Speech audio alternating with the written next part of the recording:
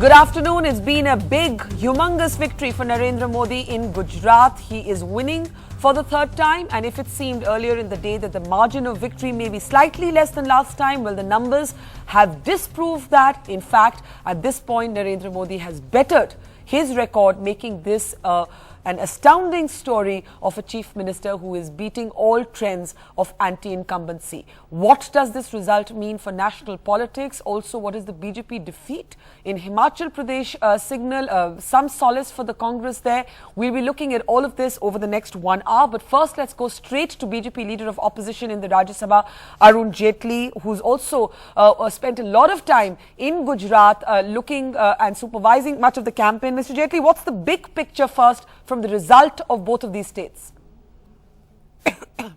Well, I think the big picture is very clear. Gujarat was the crucial election, though I certainly do think that Himachal is a disappointment for us because we ran a good government in Himachal, and ordinarily, but for if we had contested in a little better way, deciding candidates in a little better way, we had too many rebels, we probably would have or could have won Himachal. But at the same time, Gujarat was the key election.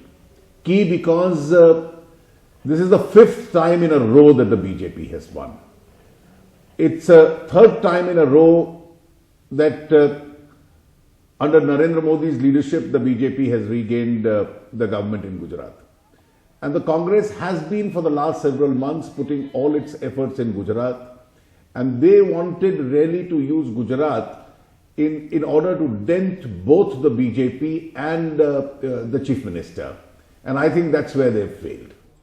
Now, Mr. Jaitley, earlier in the day, when it looked like Mr. Modi would win, but maybe not better his performance, the finance minister actually reacting to the numbers at this point, which at that point, a lot of us thought that that's what the numbers looked because the leads were changing so fast, actually issued a statement saying the Congress could be called a winner in Gujarat for containing Narendra Modi below 117. That is clearly not the case in the final tally. What do you make of Mr. Chidambaram's remarks?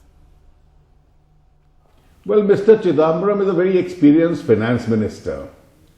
And anyone who's been a finance minister for a reasonably long time will tell you when the economy is doing badly and you can't improve the performance, you must talk it up.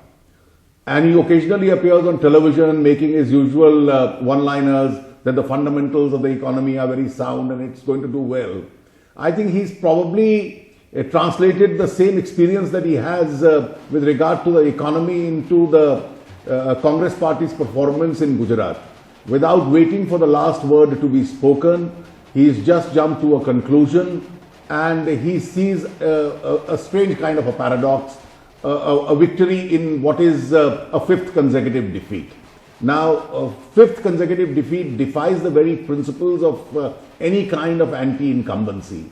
And for a very senior, experienced politician to say when the Congress party, in terms of vote percentage, our lead seems to have increased, our number of seats appear to be increasing, our Congress party seems to be doing badly. Most of their leaders, I think except Shankar Singh Waghela, most of the others have all lost and lost reasonably quite badly. Now, for him to come up and say, well, I see a victory, well, I think it's a conclusion he reached a bit too early. How crucial, though, is or was the margin of victory for the BJP? Do you think it's relevant to what happens next, or do you think it was mostly a media obsession? I think it was more a media obsession, but what was realistically required was, is it an emphatic win for Modi or not? Or is it an emphatic win for the BJP? And I think the margin of the victory clearly indicates that it is an emphatic win. Because if you see 2002, we led by about 9%. 2007, we led by about 10% plus. And this time also it seems to be almost a double-digit kind of a gain as far as vote percentage is concerned. This is all the more significant because we had a major spoiler there. Now, notwithstanding a major spoiler, and a lot of people were really calculating how much the spoiler will affect us, but notwithstanding that fact, we retained approximately a double-digit lead. We've retained the number of seats and would probably partly, marginally improve upon them. And the Congress doesn't seem to be doing badly. But the fact that Arjun Modwadia is losing, Shakti Singh Govil is losing, Siddharth Patel is losing probably. Now most of their senior leaders are losing. This itself is very significant. Earlier in the day, we had BJP leaders like Balbir Punj, like Smriti Irani talking about a greater role for Narendra Modi in the functioning of the BJP. And the BJP, of course, is now just a few days away from getting a new party president, or maybe the same party president continuing for a second term. What role, Mr. Jaitley, do you see for Narendra Modi in the functioning of the BJP now? Well, these are not issues which we really are in a position to discuss today on national television. But one fact is clear, that he is a very senior leader in the BJP. He is extremely popular both within the party and outside. And therefore, his views on a lot of matters are taken very seriously in the BJP. Now, what role he plays for the future, I think Mr. Modi makes a very good copy for the media, and therefore it's quite unnatural for the media to continue to discuss Mr. Modi and what lies in future for him. You have the privilege of doing that, but as a party man, all I can say is he's done extremely well. He's going to do extremely well in future. What role he plays, this is how politics will now shape up in future, and it's for the party and all our allies and colleagues really to decide upon that. Now, you've spoken about your allies and your party, and I want you to look ahead at 2014, because we all know the countdown has begun for the next election. Now, so far on this result, Nitish Kumar has been silent, Sharad Yadav has been silent, substantive leaders of the JDU have not yet spoken, but we have had other members of parliament, many Muslim voices from the JDU expressing concern about what happens next. Do you think Mr. Modi has to reinvent himself, because the dynamics of Gujarat are not the dynamics of maybe the rest of the country? Everybody has grown. You see, Gujarat had a very unfortunate situation in the social tensions and the riots in 2002. Now, Gujarat itself, the polity of Gujarat, the agenda of politics of Gujarat has grown. Narendra Modi has grown. He's tried his best to get out of that agenda and take Gujarat onto a very positive agenda. And this election, if you see, is a result of that very positive agenda. If you ask me what were the issues in this election, I would broadly classify them in three categories. A, it was a vote on Narendra Modi's leadership. B, it was a vote on the performance of the BJP government, and this is a continuous repeat government, fifth time in a row, third time led by Narendra Modi. And the third, I think the overall national polity also has a role as far as state elections are concerned. Okay, but it's interesting that you said everybody has grown. So are you saying, Mr. Jaitley, that Mr. Modi's agenda is a little different today? Do you think Narendra Modi of today is different from the Narendra Modi of 2007 and 2002? Well, let me tell you, in order to answer that question, look at the kind of vote that the BJP and Modi have been getting. It's a vote which defies caste and community. It's a vote where even the exit poll shows a very large number of members of the minority were voting for him. In the tribal areas, we appear to have done much better than we did in 2007. And therefore, if you see whether it's the scheduled caste vote, it's a far bigger rainbow coalition, even in terms of the kind of people who voted for us. And therefore, this kind of a vote you don't get on a particular agenda, which could be that I am targeting this community or this community. This kind of a vote you ordinarily get where the entire state has a much greater comfort level with you. But when you say the entire state, does that include the Muslim voter of Gujarat? Well, I didn't find any hostility in the minority vote. In fact, I saw a significant number of members of the minority community present at some of our rallies and meetings.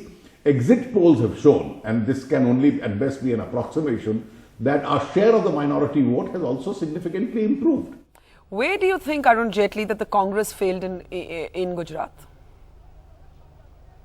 Well, I don't know whether the Congress didn't know which way to go.